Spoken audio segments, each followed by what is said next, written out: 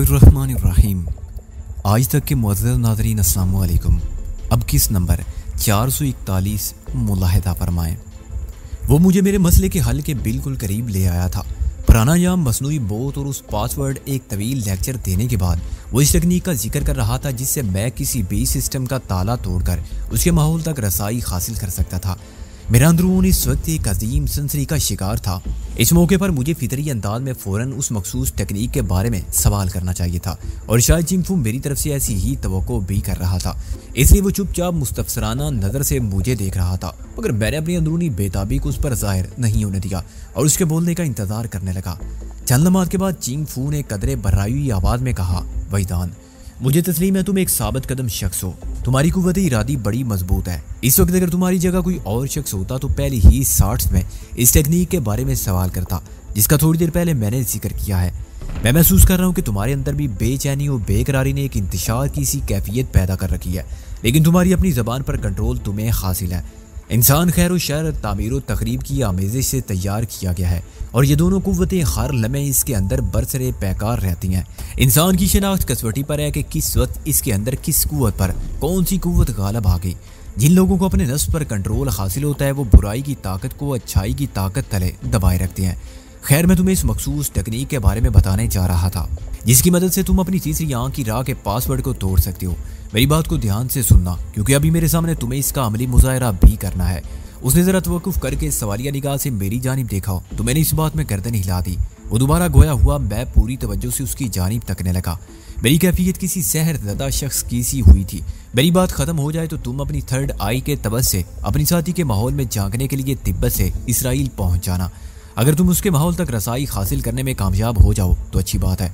बसूरत दीगर तुम इस मखसूस तकनीक को आजमाना जो मैं तुम्हें अभी बता रहा हूँ। वो लम्हे भर को सांस लेने के लिए ठहरा, फिर सिलसिले कलाम को आगे बढ़ाते हुए बोला, नाकामी की सूरत में तुम अपनी सांस को बाहर रोक लेना, लेकिन थर्ड आई के इस्तेमाल को मौकूफ नहीं होने देना। गोया तुम अपनी साथी के माहौल के दरवाजे पर दस्तक दोगे। दरवाजा नहीं खुला तो तुम वापस नहीं आओगे, बल्कि वहीं ठहर कर सांस को जिस्म से बाहर निकाल कर रोक लोगे। तुम्हारी इस अमल से सिस्टम की पावर सप्लाई चंद लम्हात के लिए मुनक़ती हो जाएगी। तुम सांस को रोके रोके थर्ड आई को दोबारा ज़हमत दोगे तो इस सिस्टम का पासवर्ड टूट जाएगा और तुम अपने मुंतखब करदा माहौल में दाखिल हो सकोगे। बस इस अमल में एक बारीक सा नुक्ता याद रखने का है।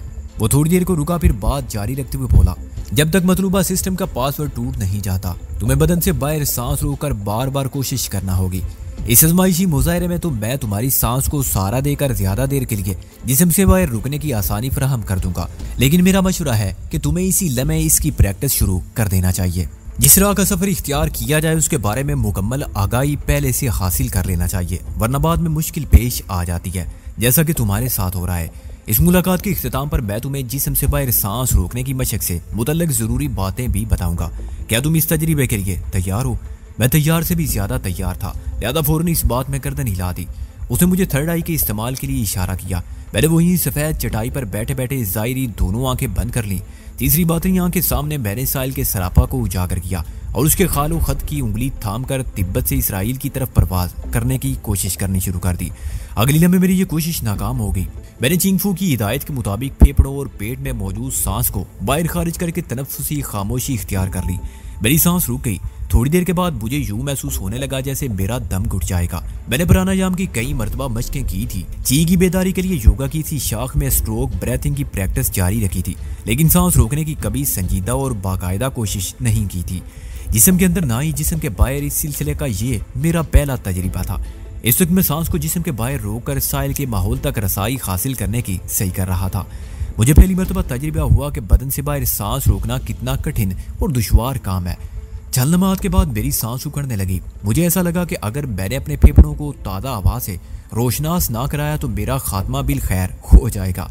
दिल की रफ्तार बतदरीज सुस्त हो रही थी। यही जाहिर होता था कि वो बंद होने जा रहा है। मैंने शदीद तरीन घुटन का शिकार होने के बावजूद भी हिम्मत ना हारी और थर्ड आई को आजमाने की कोशिश करता रहा। कोई लम्हा जाता कि मैं बेदम होकर ढह जाता। उसी वक्त मैंने अपनी तनफ्फुसी कैफियत में तब्दीली महसूस की। मेरा उखड़ता हुआ दम जुड़ने लगा। चिंगफू ने मुझे सहारा देने की बात की थी। शायद इन नाजुक लम्हात में वो मेरी मदद को आ गया था। हर गुजरते लम्हे के साथ मैं खुद को बेहतर से बेहतर महसूस करने लगा। ये एहसास बिल्कुल ऐसा ही था जैसे कोई माहिर तैराक डूबते हुए शख्स की कमर में हाथ डालकर उसे खींचकर किनारे की तरफ ला रहा हो। देखते ही देखते मेरे सीने में एक इत्मीनान बख्श ठंडक सी भर गई। अब मुझे दम घुटने का एहसास नहीं हो रहा था, बल्कि ये भी फरामोश कर बैठा कि इस वक्त मैंने अपनी सांस रोक रखी थी। मैं बहुत फरत और आसानी महसूस करने लगा था। माहौल से इस खुशगवार बेगानगी ने मेरा काम आसान कर दिया। मैं साहिल के माहौल पर लगे हुए पासवर्ड को तोड़ने में कामयाब हो गया। अगले लम्हे मैंने थर्ड आई के तवस से खुद को एक बेडरूम में पाया। ये वही बेडरूम था जहाँ मैंने आखिरी मरतबा साहिल को देखा था, और खुशी की बात ये थी कि इस वक्त मेरी साहिल भी बेडरूम में मौजूद थी। वही कीमती बेड पर बहवे ख्वाब थी। उसकी हालत को देखकर यही अंदाजा होता था वो गहरी नींद में है। इसराइल के वक्त के मुताबिक अभी वहाँ सूरज तलू नहीं हुआ था। रात का आखिरी पहर अपनी इख्तितामी मनाजिल से गुजर रहा था। मैं यकटक अपनी जाने तमन्ना को देखता चला गया। बेडरूम में साहिल के सिवा और कोई भी नहीं था। खिड़कियों के पर्दे खींचे हुए और दाखिली दरवाजा बंद था। जीरो पावर के नाइट बल्ब की नीलगो रोशनी ने कमरे के माहौल को बड़ा रोमांटिक टच दे रखा था। इन सनसनीखेज लम्हात में मुझे यूं महसूस हो रहा था जैसे मैं लहासा तिब्बत में ना हूं, बल्कि तल अबीब इसराइल में बनफ्स नफीस मौजूद हूं। मैं इन कैफगी और पुरमुसरत लम्हात में अपने आप को महसूस कर ही रहा था कि सब कुछ खत्म हो गया।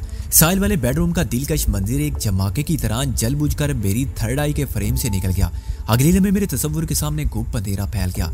ये तारीकी इतनी दबीज, मुहीब और खौफनाक थी कि मैंने घबरा कर आंखें खोल दी। उसी वक्त चीफ लामा चिंगफू की गंभीर आवाज मेरी समाज से टकराई।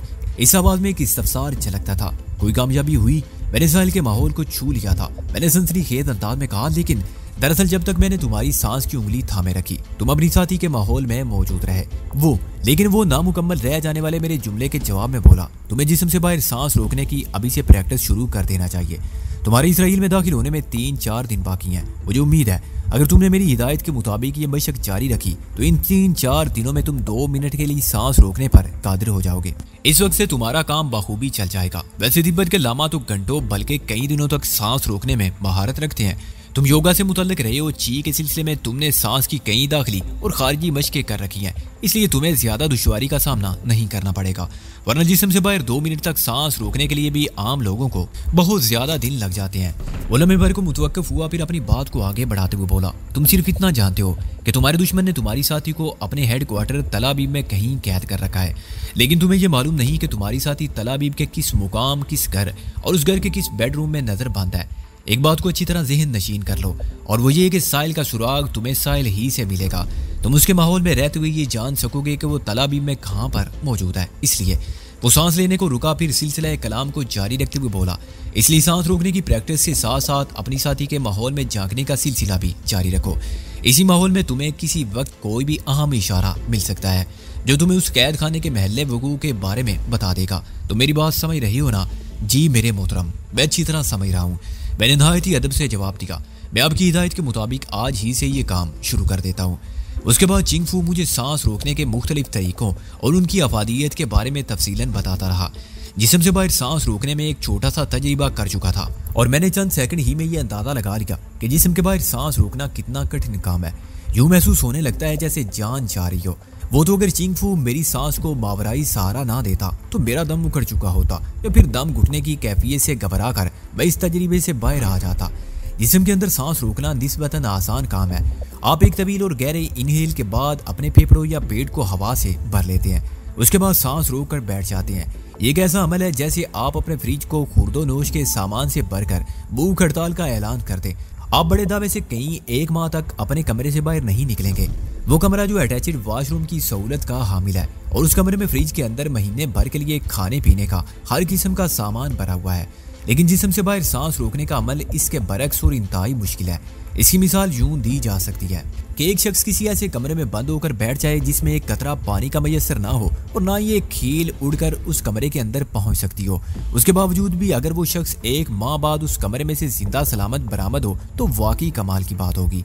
चिंगफू ने मुझे ये बताया कि मैं उठते बैठते हुए ये प्रैक्टिस कर सकता हूँ। बस ये ख्याल रखना जरूरी है कि मैदा खाली हो या फिर ज्यादा भरा हुआ ना हो। कम अज कम ऐसी सूरत हो कि मैदे के अंदर मौजूद खुराक में डाइजेशन का अमल यानी अमले निज़ाम मुकम्मल हो चुका हो, वरना मैदे का काम रुक जाएगा और वो तमाम तर खून जो खुराक को हजम करने का फरीदा अंजाम दे रहा था वो किसी दूसरे महाज पर मसरूफ हो जाएगा।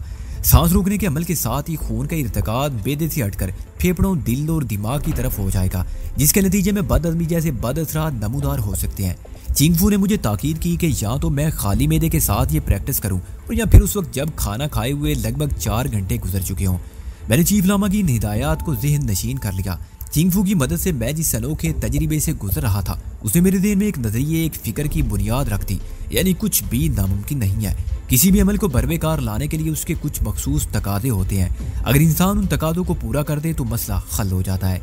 ये सीधी सीधी एक टेक्नोलॉजी है। मेरा ख्याल एक चाय हो जाए। रिनपुची की आवाज ने मुझे ख्यालात से चौंका दिया। वो कह रहा था, हम काफी देर से सिर्फ बातें ही बातें किए जा रहे हैं। मैं इस पेशकश को भला कैसे ठुकरा सकता था। ये तो मेरे लिए एक एजाज की बात थी कि जोखांग टेम्पल का चीफ लामा मेरी दरवाजे का बंदोबस्त कर रहा था। जिस तरह ईसाइयत में चर्च, सयूनियत में साइना गाग, हिंदुओं में मंदिर की बड़ी अहमियत है, बिल्कुल उसी तरह बुद्ध मत में टेम्पल, मोन्स्ट्री और वार्ड को बहुत कुछ समझा जाता है। जोखांग टेम्पल तिब्बत में रीढ़ की हड्डी जैसी अहमियत का हामिल था और चिंगफू वहां का चीफ लामा था। 5 मिनट के बाद चाय इस छोटे से कमरे में हाजिर हो गई। तिब्बत वालों का चाय पीने का अपना एक अंदाज है जो इंतहाई सादा, मुकव्वी और फरत बख्श है। कैवे के अंदर या का मक्खन डालकर पीना चाय नोशी कहलाता है। ये चाय चीनी के बगैर भी इंतहाई खुश जायका होती है।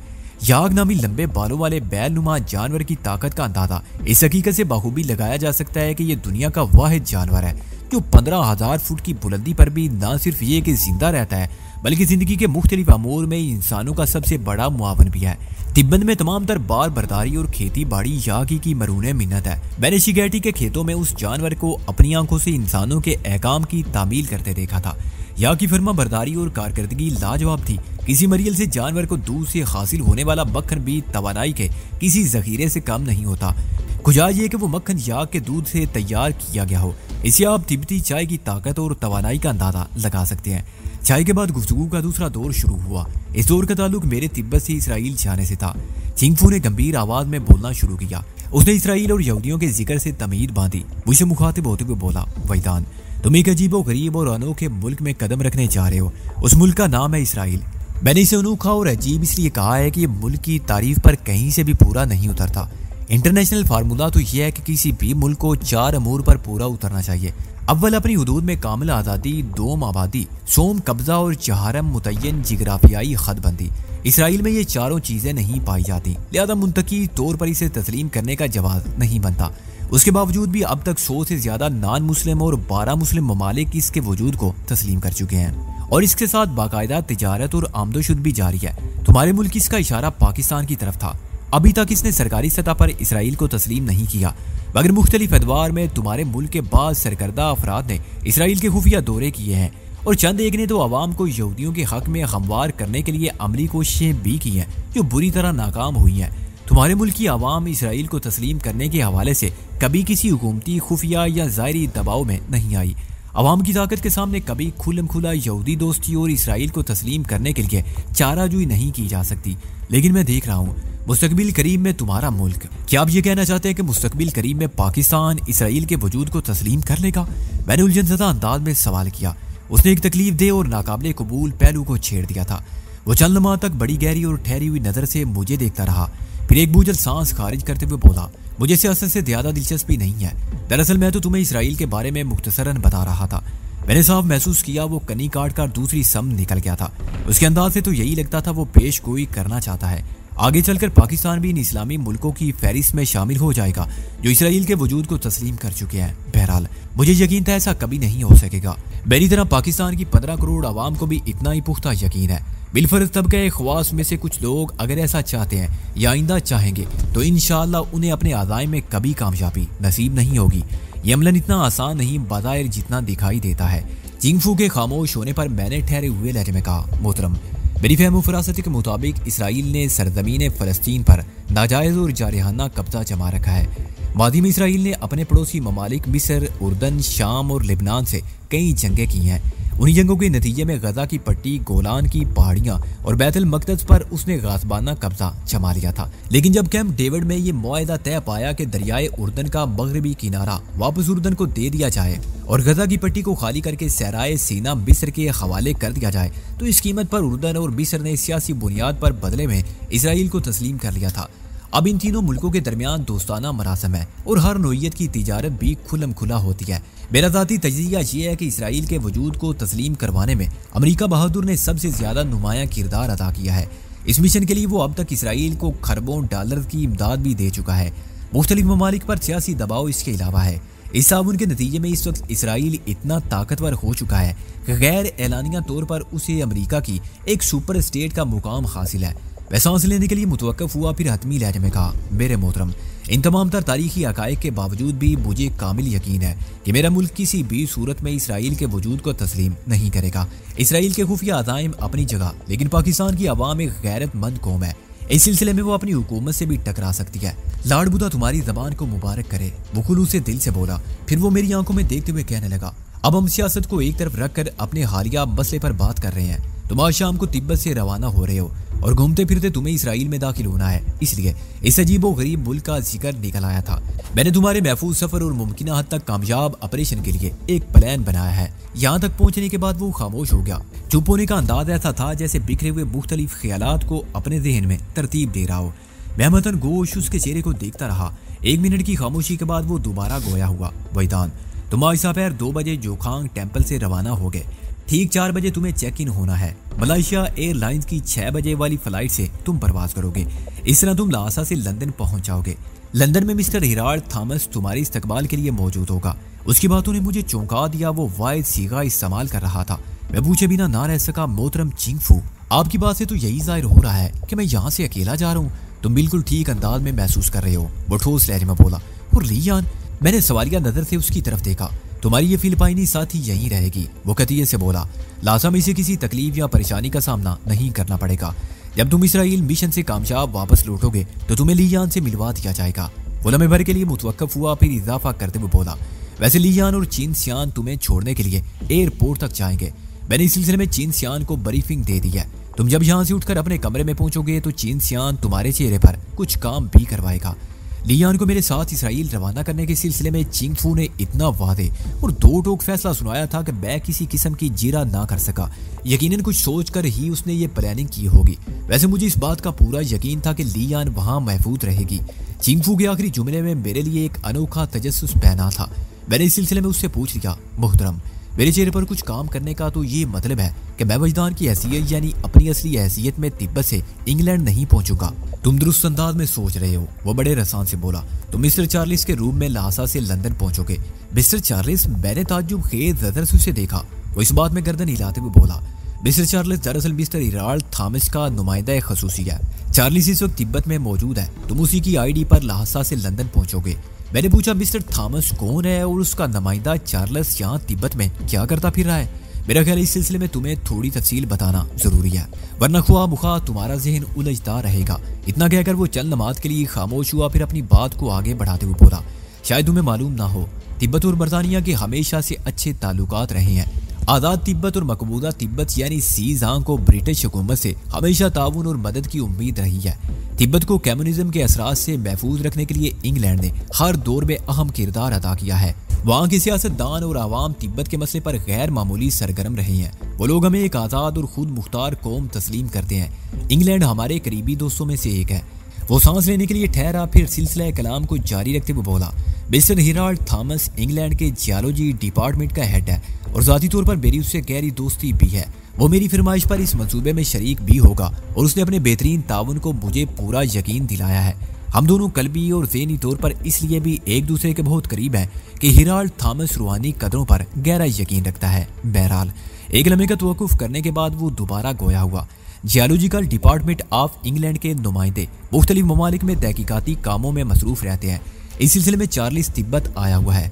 जब तक तुम अपने मिशन से कामयाब वापस नहीं लौट जाते, चार्लिस तिब्बत ही में क़याम पजीर को अर्जियाती तहकीक का काम जारी रखेगा। तुम चार्लिस की आईडी पर लासा से लंदन पहुंच जाओगे। मेरा ख्याल है दूसरे शख्स की आईडी पर एक जगह से दूसरी जगह तक सफर करने वाला मामला तुम्हारे जहन में कोई उलझन पैदा नहीं कर रहा होगा। उसने सवालिया जुमले पर अपना बयान रोककर इस तफसारिया नजर से मुझे देखा तो मैंने नफी में गर्दन हिला दी। वाकई ये मामला मेरे लिए किसी भी तौर उलझन का बायस नहीं था। मैंने अलास्का से ज़ुरूनारा आइलैंड से सीटल, सीटल से न्यूयॉर्क और न्यूयॉर्क से न्यू जर्सी काठमांडू और काठमांडू से तिब्बत आईडी के इसी प्रोसेस से गुजरते हुए एक तवील सफर किया था। मेरे जवाब को तस्लीम बख्श पाकर वो अपने बयान को आगे बढ़ाते हुए बोला, एक अहम महकमे का हेड ऑफ डिपार्टमेंट होने के नाते हिराल्ड थॉमस बेपनाह इख्तियारात का मालिक है। तुम सिर्फ एक दिन उसके पास क़याम करोगे। इस क़याम के दौरान में एक मरतबा फिर तुम्हारी आईडी तब्दील की जाएगी। तुम यूसुफ ज़ायरी नामी एक मिस्री शख्स की आईडी पर लंदन से कायरा पहुंचोगे। यूसुफ अल ज़ायरी कायरा का एक साहिब हैसियत बाशिंदा है। ये शख्स कैरो अलेक्जेंडर या डेजर्ट रोड पर वाक़े ओसिस का स्लीपिंग पार्टनर है। ओसिस होटल अलेक्जेंडर या डेजर्ट रोड का एक मारूफ और प्यारी होटल है। यूसुफ अल ज़ायरी आजकल लंदन आया हुआ है और उसका शुमार हिराल्ड थॉमस के करीबी दोस्तों में होता है। यूसुफ अल ज़ायरी लगभग 1 महीने तक वहाँ क़याम करेगा। इसी दौरान में तुम उसकी आईडी पर अपना काम मुकम्मल कर लोगे। यहाँ तक पहुँचने के बाद चिंग फू लमाती तवक्कुफ करने के बाद अपनी बात को आगे बढ़ाते हुए बोला, तुम्हारे मुल्क के इलाके शुमाली जात में हंजा वैली नामी एक जन्नत नदीर खित्ता अर्द भी है।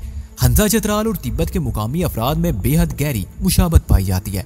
अपनी शक्ल और सूरत से पहली नजर में उन इलाकों के लोग एक जैसे ही दिखाई देते हैं। उसी हंजा वैली से ताल्लुक रखने वाली एक फैमिली साल से इंग्लैंड में मुकीम है और इत्तफाक से सूफिया नामी एक हंजा लड़की से यूसुफ अल ज़ायरी की दोस्ती भी है। यूसुफ जब भी इंग्लैंड जाता है सूफिया से जरूर मिलता है। सूफिया भी 2-3 मरतबा कायरा जा चुकी है। हिराल्ड थॉमस के मंसूबे के मुताबिक सूफिया तुम्हारे साथ लंदन से कायरा पहुंचेगी। उस वक्त तुम यूसुफ अल ज़ायरी की हैसियत से सूफिया के साथ सफर करोगे और ये सब कुछ इंतहाई नेचुरल और नॉर्मल अंदाज में होगा। तुम मेरी बात को समझ रही हो ना?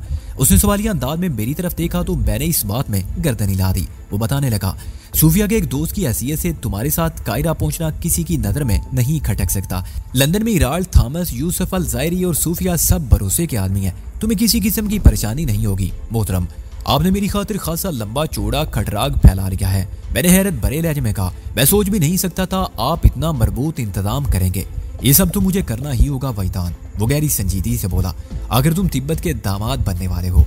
मैं गहरी सांस खारिज करके रह गया। वो बात को आगे बढ़ाते हुए बोला, कायरा पहुंच हमारे मंसूबे के मुताबिक सूफिया मचल जाएगी कि तुम उसे जॉर्डन, उर्दन और इसराइल की सैर कराओ। तुम उसकी फरमाइश को रद्द नहीं करोगे और इस सिलसिले में तुम अपने एक दोस्त अल सैयद मुबारक अल हुसैनी की खिदमात हासिल करोगे। मुबारक अल हुसैनी एक टूर कंपनी में काम करता है। कोंटी की नामी यही ट्रैवल कंपनी दुनिया की एक मारूफ और काबिल एतमाद कंपनी है। कायरा में कंटेकी के एजेंट दफ्तर अल बाकरी स्ट्रीट पर स्प्रिंग टूर कैरो के नाम से वाक़े है। तुम यूसुफ अल ज़ायरी अपनी फ्रेंड सूफिया के साथ स्प्रिंग कैरो पहुंचोगे और अल सैयद मुबारक अल हुसैनी तुम्हारे लिए कायरा से जॉर्डन और इसराइल तक सफर का बंदोबस्त कर देगा। 16 दिन का ये टूर बाई रोड होगा। तुम सूफिया के साथ कंटेकी की सुपर लग्जरी कोच में बैठकर कायरा से तल अबीब इसराइल पहुंचोगे। तल अबीब से पीटरा जॉर्डन जाओगे। पीटरा से वापस इलात इसराइल आओगे। इलात से यरूशलेम और यरूशलेम से वापस कायरा मिस्र लौटाओगे। उसने सांस लेने की खातिर थोड़ा तवक्कुफ किया, फिर बात को आगे बढ़ाते हुए बोला, मैंने जिस रूट की तफसील तुम्हें बताई है वो Kentucky tour and trip travel company का बाकायदा स्केड्यूल है।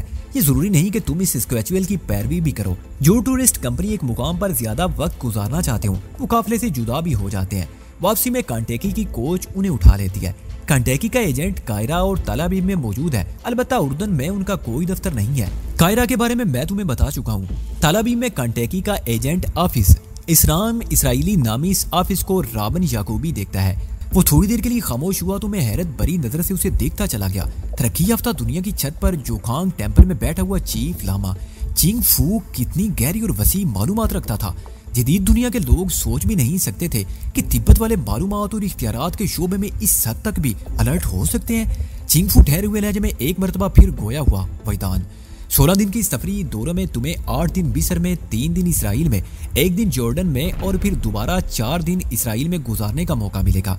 इसराइल में पहले 3 दिन या आखिरी 4 दिन में से तुम्हें अपने लिए किसी एक क़याम का इंतखाब करना होगा। मेरे ख्याल में पहले 3 दिन का इंतखाब ज्यादा मुनासिब रहेगा।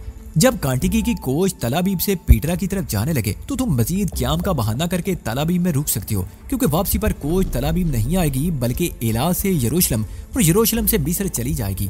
तुम कह सकते हो कि टूर के 15वें दिन यरूशलेम में काफिले को दोबारा ज्वाइन कर लोगे। इस पर किसी को एतराज नहीं होगा। इस तरकीब पर अमल करते हुए तुम्हें कारकर्दगी दिखाने के लिए पूरे 3 दिन मिल जाएंगे। तुम्हारे साथी को तल अबीब में रखा गया है। तुम उसे अपने ताकतवर दुश्मन के चुंगल से किस तरह छुड़ाते हो, इस सिलसिले में मैं तुम्हारी कोई मदद नहीं कर सकता। इस ऑपरेशन की जिम्मेदारी सिर्फ और सिर्फ तुम पर है। तुम अपने हालात और मौका महल को देखते हुए प्लानिंग कर सकते हो। अलबत्ता उलमे भर को मुतवक्कफ हुआ, फिर बात को जारी रखते हुए बोला, जब तुम अपनी साथी को हासिल कर लोगे तो सूफिया तुमसे जुदा हो जाएगी। तुम अपनी साथी के हुलिये में थोड़ी सी तब्दीली करके उसे सूफिया बना सकते हो।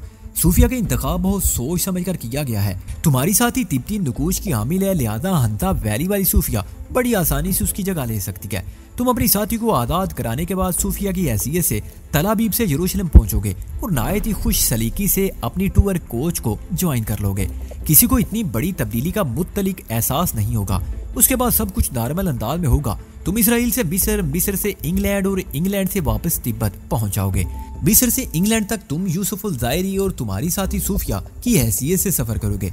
लंदन से लाहौर तक तुम चार्लिस और तुम्हारी साथी कोई भी तिब्बती लड़की बन जाएगी, लेकिन धनु साहिल नहीं।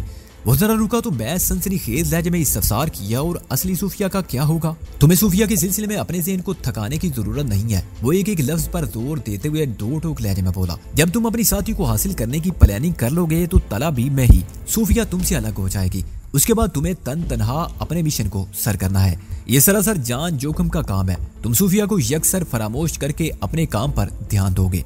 सूफिया को इसराइल से मिस्र और मिस्र से इंग्लैंड पहुंचाने की जिम्मेदारी किसी और शख्स को सौंपी जा चुकी है। ओह, मैं एक तवील सांस लेकर रह गया और सवालिया नजर से चिंग फू को देखने लगा। वो बोला, इसराइल में एक एक कदम फूंक कर रखना। मुझे उम्मीद है अगर तुमने सांस की मखसूस मशक जारी रखी तो उस वक्त तक इस काबिल हो जाओगे कि थर्ड आई को हर महाज पर बासानी इस्तेमाल कर सकोगे। अपने दुश्मन के मुकाबिल थर्ड आई ही तुम्हारी मदद करेगी, और मुझे यकीन है तुम अपनी इस मिशन में कामयाब लौटोगे। आमीन। बेइख्तियार मेरी जबान से अदा हो गया। चिंगफू ने आंखें बंद कर ली और थोड़ी देर तक मुराकबे की इसी कैफियत में बैठा रहा। मैं मुंतजिर और सवालिया नजर से उसके चेहरे को देखने लगा। चंद लम्हात के बाद उसने आंखें खोली और नहायत ही गंभीर आवाज में लब कुशा हुआ, वजदान, पहली मुलाकात में मैंने तुम्हें बताया था कि हमारी सिर्फ 3 मुलाकातें होना है। आज दूसरी मुलाकात भी हो गई। तीसरी और आखिरी मुलाकात उस वक्त होगी जब तुम अपने मिशन से कामयाब लौटोगे। उसने दोबारा आंखें बंद कर ली और ठहरे हुए लहजे में दूसरी मुलाकात के इख्तिताम का ऐलान कर दिया। अब तुम अपने कमरे में जा सकते हो। मैं उससे ना पूछ सका कि तीसरी मुलाकात आखिर क्यों साबित होगी। वो मुझसे तीसरी बार मिलने के बाद कहाँ चला जाएगा। उसने ऐसे तमाम तर सवालात के दरवाजे बंद करके आंखें मूंद ली। मैं उठा और खामोशी के साथ उसके कमरे से बाहर निकल आया।